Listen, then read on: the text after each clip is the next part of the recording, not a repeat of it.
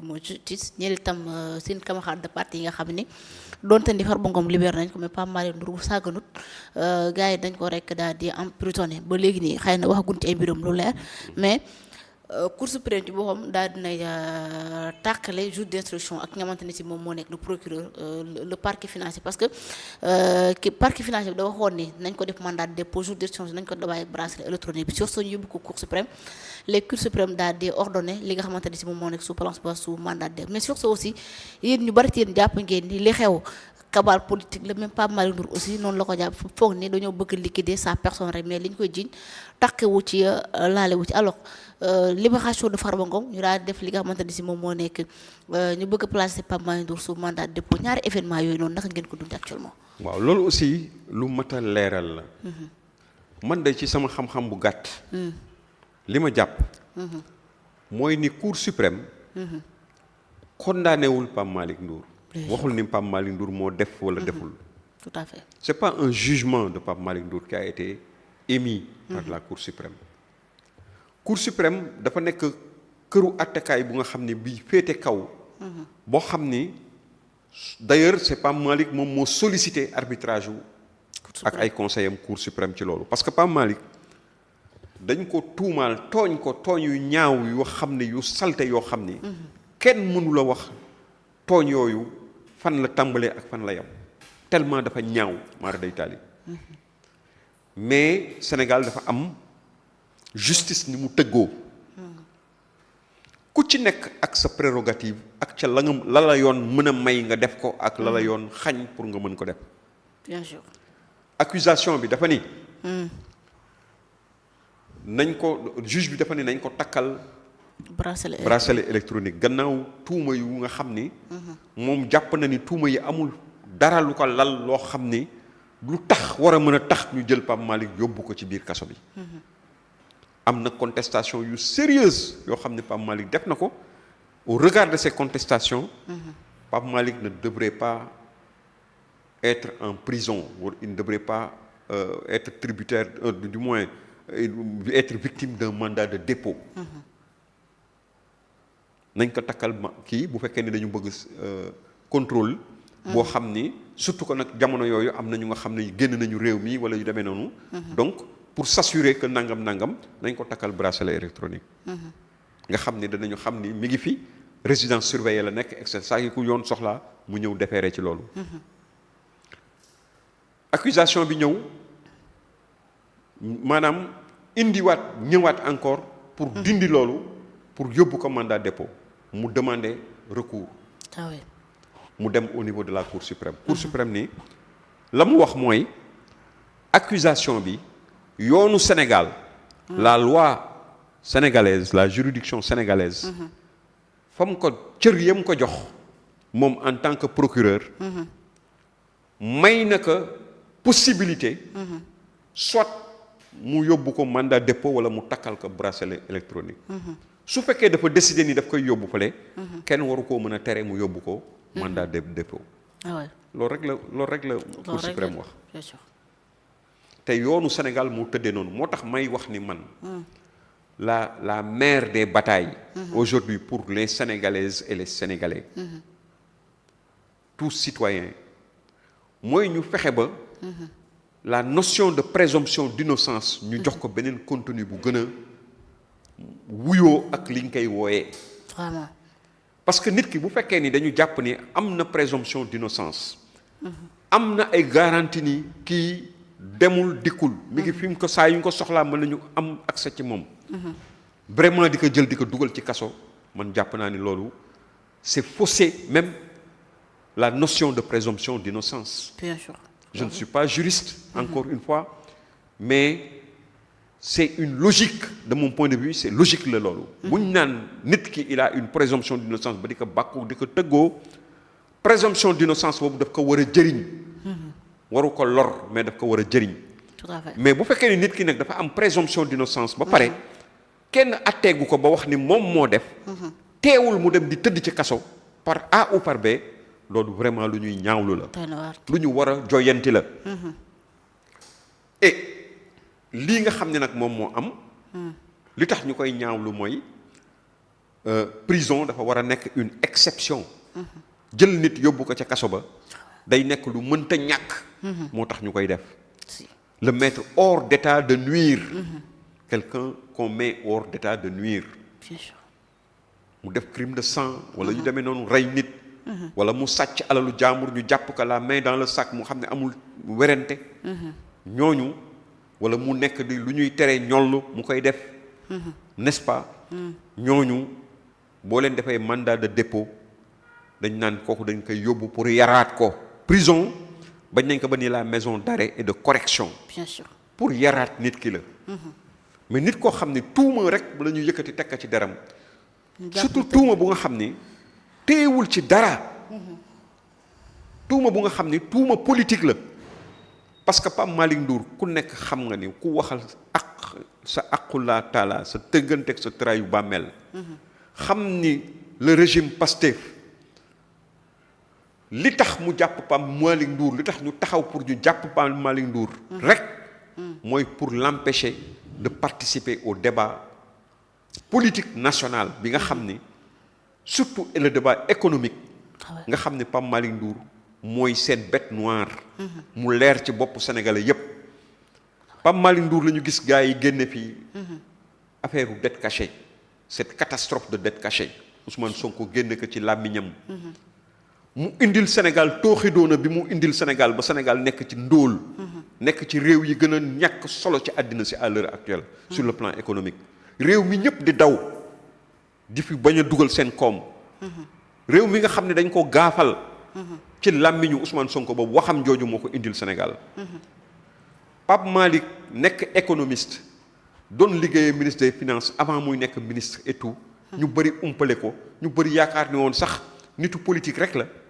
mu nekk xale bu ndaw ñëw taxaw weddi leen weeje leen jéebaane leen ci kanamu askan wi ñëpp sénégalais yëpp xam ni même ña ànd ak ñoom xam ne xale bii kat li muy wax moom lu am maanaa la lu am solo la lu cohérent la donc dette cachée bi moo ko xeex ko fii ci réew mi xeex ka ca bailleur de fonds ya ànd ak Amidou ànd dem déposer fañ ko war a déposer kalaame ba nga xam ne kalaame nañ ko ak livre bu ñu bind yóbbu ko jox ko bailleur de fonds yi ñoom ci seen bopp ñépp ñu am certitude ni il n'y a pas de dette cachée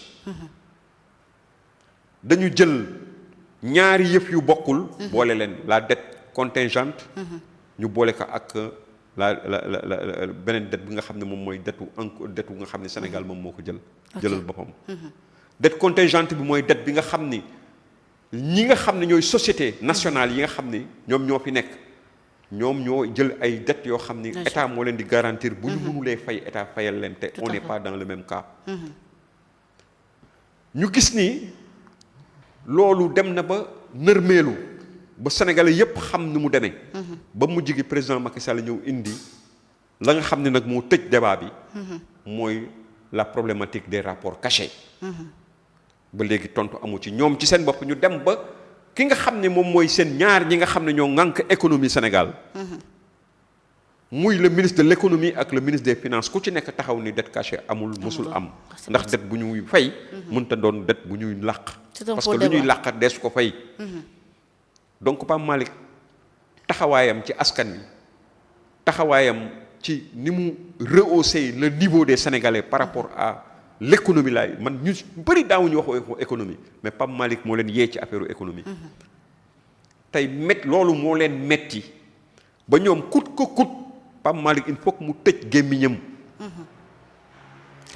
su fekkoon ni Pape Malick dañ koy jiiñ lu ñaaw liñ koy jiiñ naan dafa détourné dafa bokk ci détournement wu 2,7 milliards kon loolu la ñuy njëkkee normalement waay normalement ku ne xam na ni tuuma sàcc moo gën a ñaaw tuuma ñu ni da nga woote nu mu tudd meeting maanaam rëjj ci réew mi da nga woote nu mu tudd atteinte à la sûreté de l'État nga def lan la ñu njëkkee ci Pape Malick dañu njëkkee mu def benn déclaration ci meeting bu ñu doon def marche bu ñu doon def nit ñi war nañ leen fi jëlee nit ñi war nañu génn ci mbedd mi taxaw jël seen matuwaay mooy li may wax léegi mooy li may wootee naan nañu génn def ay manifestation monstre yu fi jële ñii te tekka ci li nga xam ne moom mooy chartu démocratie nga xam ne déclaration dañuy dem ci préfet mu jox ñu autorisation ñu génn ci mbedd mi manifester kenn suñu àq la ak suñu yelleef am nañ ci droit loolu rek la Pape Malick doon woote ñu jaaree ci loolu convoqué waat ko di ko wax naan dafay bëgg indi soulèvement ci réew mi nangam ak nangam ñu jóge ci loolu yaakaar ne jeex na ñu yeewu suba jël benn samba boy boo xam ni dafa doon taal këru jaamur ñu jàpp ko la main dans le sac ak ay ndellam ci këru jaamur muy ñëw di ko taal ñu jàpp ko fa duma ko fa ñaka fa jàpp ban kan la ñuy jàpp ku taalkatu kër wala sàcc bu ñu jàpp ci biir kër te kenn du la sifaay danañ la duma ba nga weex tàll ñu jàpp ko ci loolu yóbbu ko mu teew taxaw naan waxam yu incohérent yi nga xam ne amul benn crédibilité bu teyee mu ni lii la bu ëllëgee mu ni lale la bu teyee mu ni gendarme la bu ëllëgee mu ni Pape Malick dégg naa ñi Pape Malick moo doon coordonné nangam ak nangam ak nangam ñu woo ko ci woowaat ko ci tere ka fi muy génn Sénégal di tukki ñu téye ko fi en tant que président de conseil départemental ñu dem ba amatuñu nag dara lu ñu mën a teg ci kaw Pape Malick ñu indi la gën a ñaawati encore la gën a ñaawati mooy lan mooy yow nga ni da ngay tuumaal nit koo xam ni këyit wa nga xam ni moom la ñu xaatimoon nga ni moom dañu xaatim moo ko waxal boppam moom Ousmane Sonko moo ko waxal boppam këyit wa mu waxoon rapport ba mu waxoon ni moom moo épinglé Pape Malick ca ba muy def terrain meeting am boobu këyit wa ka xam ni moom moo ko signé génn na àdduna atu yàlla lu jiitu Pape Malick ñu koy takkal ndombo tànk au niveau de Prodac loolu muy scandale boo xam ne kenn mënul ñu dàqaleen ci loolu léegi ñëw ñu ni Amadou Ba mu ñëw taxaw dem ca Guinguinéo ca Mbadakhoune nga xam ne fa la dëkk ca Guinguinéo mu taxaw ni Pape Malick Ndour de du man sax ñun sax ñoo ko épinglé mais rapport bu nga xam ni kaka santaane mooy Amadou Ba ancien premier ministre des finances te mujj gi mu nekk premier ministre te Amadou Ba ba muy nekk ministre ba muy jógee dafa jógee ministère des finances ba pare Pape Malick Ndour doog a commencé liggéeyee Prodac kooku ana lan benn bataaxal boo xam ne mu des benn bataaxal boo xam ne Pape Malick moo ko bind ña nga xam ni ñoom la fi fekkoon ñu yore mbir yi ca ba muy toog mu ni leen dama bëgg ngeen leeralal ma xaalis sàngam ak nangam fan ngeen ko jaarale nu mu demee ak nii ak nii ak nale moolu un document officiel mi nga xam ne mi ngi circulé ñëpp gis nañ ko Cour des comptes donc amul benn rapport Cour des comptes moo am te amul benn yoon 2024 la génn xaw ma 2023 amul benn yoon bu jëm ci Prodac bu nga xam ne tudd nañ ci turu Pape Malick Ndour hors cause kay daf leen mettre hors cause moom ak kii ñëpp moom ak Mame Mbaye Niang ñëpp dañ ko mel il est mis hors de cause de tout ça xam nga li wolof di wax rek naan li tubaab di wax naan qui veut tuer son chien l'accuse de rage il y a que ça aujourd'hui c'est un personnage qui les dérange un jeune qui aujourd'hui grâce à lui mais il y a une pénétration au sein de l'APR de militants nouveaux, des gens qui n'avaient jamais imaginé faire de la politique. Je prends le cas de l'économiste Cheikh Niang. nga xam ne école préparatoire la def. en France. nga xam ne loolu tànneef yi la école préparatoire. nekk kàngam ci wàllu économie. di liggéey ci banque yi ci àddina si yépp te malgré son jeune âge. tabarakallah macha allah. mais tey il te dit moom moo ñu doon defal formation il avoue que c'est grâce à Pape Malick qu'il a ak taxawaayam bi mu am ci penc mi gis loo xam ni affaire u dette cachée boobu en tant qu'économiste il était tellement scandalisé il n'avait jamais fait de la politique auparavant qu'il a décidé d'aller prendre la carte de l'APR et ils font légion de jeunes. Le juriste capitaine Touré. Capitaine Touré. Astaghfirullah azim allazi la ilaha illa huwa alayhi tawakkaltu wa rabbul arshil azim. Capitaine Dieye. Hein? Capitaine Dieye. Major Kandji keneen ak keneen. Pour te dire man waxuma sax ñooñu mais ay jeunes cadres yoo xam ne ay banquiers lañu ay leneen ak leneen yoo xam ne. le jeune juriste keroog bi ñu toogee di def présentation ñu nga xam ne ñoo bokk ci lël boobu ñu nekkoon. mais sa yaram sax day daw. mën naa wax ni 90% aujourd'hui des cadres yu bokk ci convergence républicaine c'est des gens qui ont pris la carte du parti à partir de 2024 à partir de 2024 à partir de cette déclaration de dette cachée. À partir des sorties de Pape Malick Ndour et de son binôme Amidou Anne. ci la ñu commencé jël carte parti bi. donc loolu day wane ni c'est un homme qui dérange. mais nag ñun dañu am benn philosophie ci un homme politique qui va en prison. Un homme politique qui va en prison parce que maanaam day déranger nguur gi fi nekk. mais kooku dañu lay renforcer on te renforce. ñu ngi lay tabaxal karapaasu ñu ngi lay taxawal benn maanaam lu nga xam ne mooy karapaasu un leader politique d'envergure. Pape Malick Ndour su fekkee ni ñoom seeni pexe mat na. day am une certaine légitimité historique sax. en tant que voilà détenu politique. day am une certaine légitimité politique. historique. au sein de sa formation politique et au sein du landerneau politique sénégalais. xam nga. te it gëmuma ne dana leen jig su fekkee ni li ñuy bëgg nas. li ñu nas. li may wax je pèse bien mes mots. waxoon naa leen ko waxaat encore. gis nga Pape Malick laalaake la. xam nga laalaake. laalaake mooy laal yàqu. ba ñu ordonné ba tey de xam naa ne waxaat man Moustapha Gaye maa leen ko wax yàlla nañu fi yàlla bàyyi ak jàmm. je ne leur souhaite pas que ñu seen pexe ñu matal ko. mais seen pexe bu matee danañ xam nga ci zahiran wa baatinan danañ ko gis. zahiran wa baatinan danañ ko teg bët. waaye certainement y a des gens qui vont rire qui vont dire waaye qu'est-ce qu'il raconte là. kërëb du ma boroom xam-xam xaw ma dara je ne vois pas plus loin que le bout de mon nez. mais njortu naa ne ñii. parce que xam nga fu ma ko wéer. xam nga tooñ. baaxul yàlla du ànd ak kuy tooñ. fekk jaambur bu nga xam ni deful waxul. da ngeen seq benn affaire rek seq réew mi bokk réew mi. muy bokk moomeel boo xam ne ñun ñëpp fi nekkoon wax ngeen yéen ba jëlee leen fi ñoom. am nañu ñoom aussi droit pour taxaw wax aussi ba jëlee leen fi. bien sûr. yéen da ngeen war a ñoom yéen li ngeen mën a def mooy liggéey boo xam ni population sénégalaise yi danañu apprécier ba xam ne yéen ñi kat deesu leen fi jëlee parce que am ngeen taxawaay bu mat sëkk ba ñu regretter sax lu tax ngeen yéex fi ñëw. mais su fekkee ci doole ngeen bëgg def képp koo xam ne gannaaw ba ngeen defee lépp pour jot nguur gi def sax lu defuwul. plusieurs fois ngeen def lu defuwul loo xam ni lu ñaaw la loo xam ni ñëpp a koy ñaawlu ba àdduna tukki dañ koy ñaawlu. anti-républicaine des démarches anti-républicaines putschistes sur toute la ligne. ngeen di ci soox ñu leen di muñal ba ngeen tey ngeen jot nguur gi ngeen jàpp ni nag ñëpp ngoo xam ne dañuy nekk ay nit ñu gênant soit da ngeen leen fi génne par A ou par B. loolu ci laa wékk li ma wax. yàlla bëggul kuy tooñ. te Pape Malick mais dafa am ay waajur keroog boo gisee moom bi ay ñoñam nga xam ne moo leen jiite ci convergence du parti. loolu li may wax ni zahir la. baatin ba mooy taxawaayu APR. ak taxawaayu convergence des cadres de l'APR. taxawaayu la jeunesse de l'APR. taxawaayu la jeunesse du Sénégal. taxawaayu la jeunesse démocratique du Sénégal.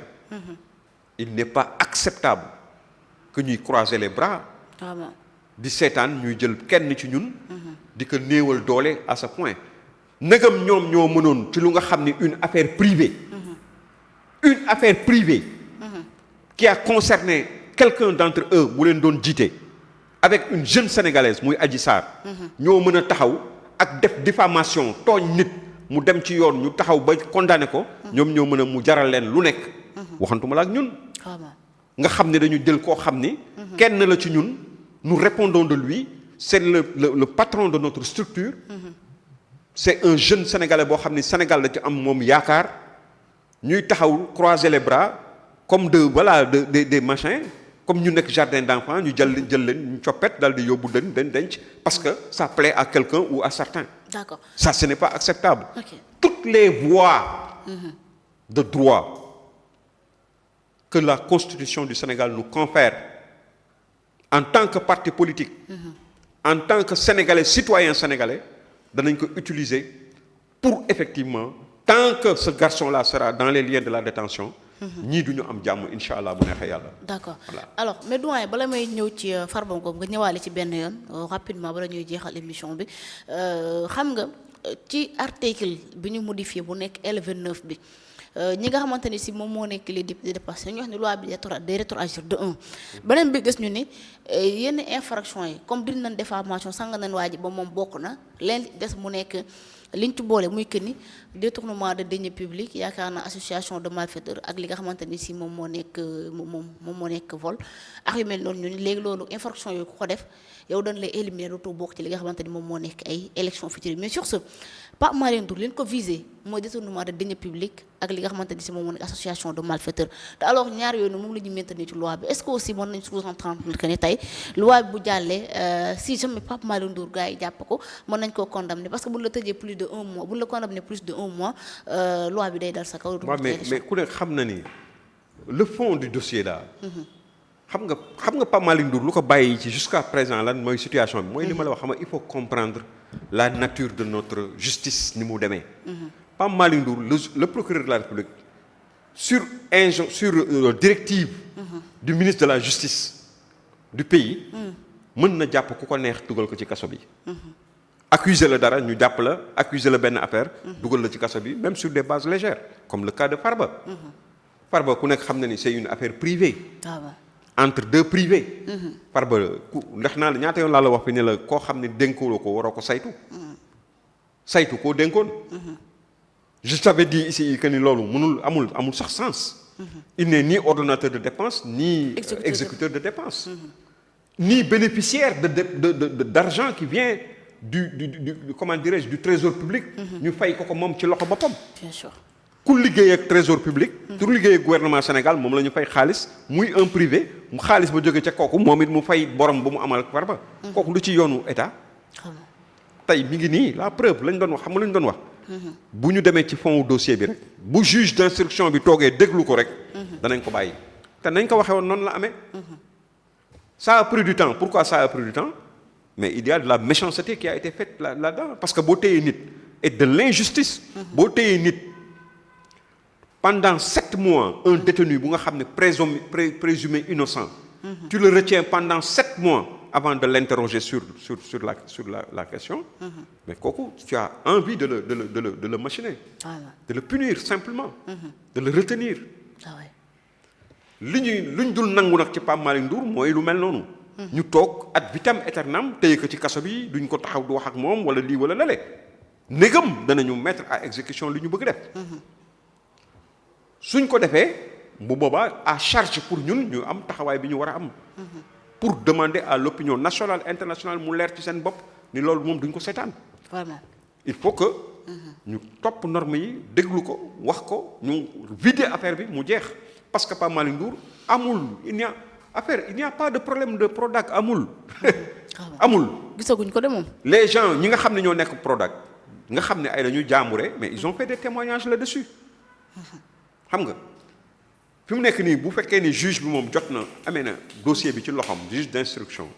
mu ñëwaat ci moom ba mu affaire bi bouclé wu ba ñu dem war a àtte suñu taxawee ci tribunal dégg nga Pape Malick lu mu wax Pape Malick nee na.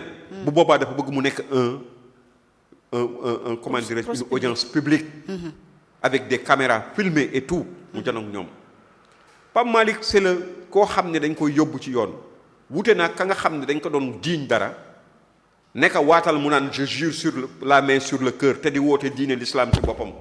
foo ko fekk mi ngi naan diine l'islam ñu naan ko sax sëriñ la am na sax ñu doon wax naan sëriñ la ak nangam ak mu jaddid la ak lu nekk. ñu koy wax waatal mu naan je jure par le cœur sama main sur le cœur. la main sur le cœur. je jure ma main sur le cœur. xaw ma nangam. ka nga xam ne dafa waat ca alxuraan. gis nañ ko fi muy Aliou Sall dafa jël téere kaamilu alxuraan teg. waat ca lañ ko doon wax tey. ba ñu demee ba ca cëppaandaw nga gis nañu la mu doon wax dëgg la.